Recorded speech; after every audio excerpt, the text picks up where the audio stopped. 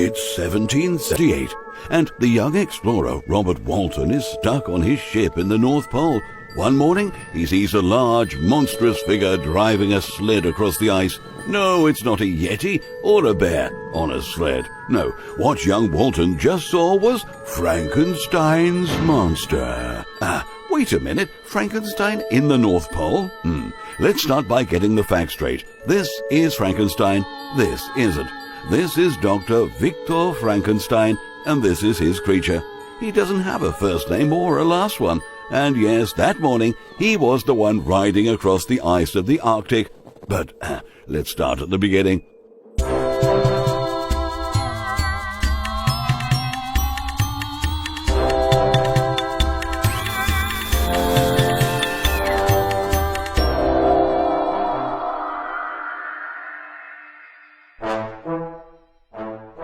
This is Mary Shelley, the powerful mind behind the story of Frankenstein.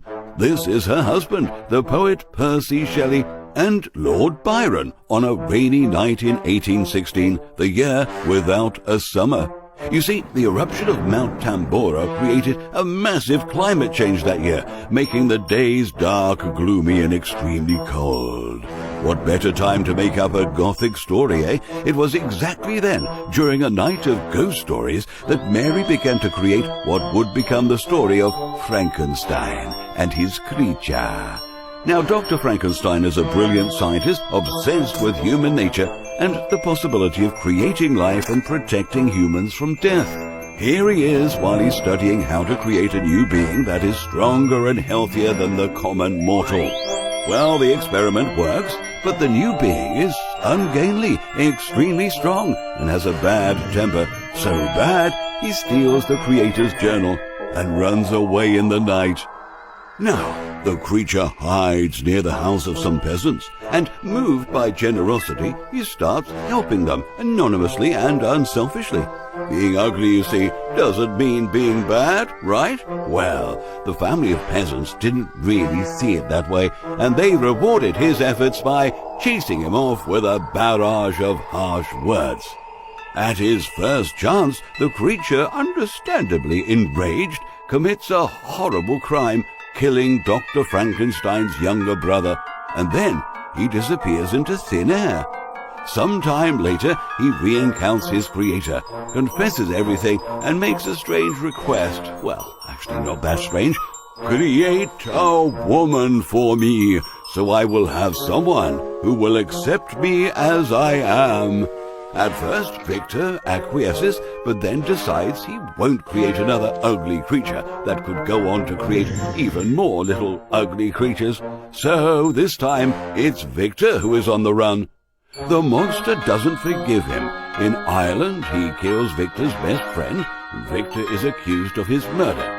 Once acquitted, Victor goes back to Switzerland, determined to do two things: end it with the monster and to marry his fiancée Elizabeth. But soon after the wedding, just as Victor was looking for him, the monster kills his young bride. "You have denied me my wedding night. I will be with you on yours." At this point, overcome with grief, Frankenstein Sr. dies too. Now, for Victor Frankenstein, all of this is just too much. His pursuit of the creature becomes desperate, and run here, run there. Guess where they ended up? Right, the North Pole. Victor collapses. He catches pneumonia and dies after having told Walton his story. But where is the creature? Not very far, in fact. Walton discovers him at his creator's bedside. He mourns over his friend-stroke-enemy and gives an astonished Walton a life lesson. "I have good dispositions. My life has been hitherto harmless and in some degree beneficial, but a fatal prejudice clouds their eyes, and where they ought to see a feeling and kind friend, they behold only a detestable monster," before vanishing forever, vowing to kill himself in the cold of the Arctic. The end. Well, not exactly. Actually, we're really just at the beginning. After some initial reluctance, the story of Frankenstein and his creature began to win over popular culture, as demonstrated by the numerous adaptations, interpretations, and imitations of Shelley's work up until today. In film, the first silent movie about Frankenstein was made in 1910, followed by Boris Karloff's portrayal, perhaps the most famous film version of the creature, and countless other examples everyone remembers: The Addams Family, The Munsters, Rocky Horror Picture Show, Frankenstein Jr. The timeless, philosophical, and existential questions contained in the story of Frankenstein are one of the reasons of its success. Can man, with the help of science, overcome the limits of life and death? Can man himself become a creator? Or is he destined to end up like Prometheus, alluded to by Mary Shelley in the book's subtitle, punished by Zeus for having gone too far? Is human nature good, like Rousseau believed? And are institutions, laws, and prejudices what force people towards evil, as Mary Shelley's father, William Godwin, argued? As the creature says, "Shall I respect man when he condemns me?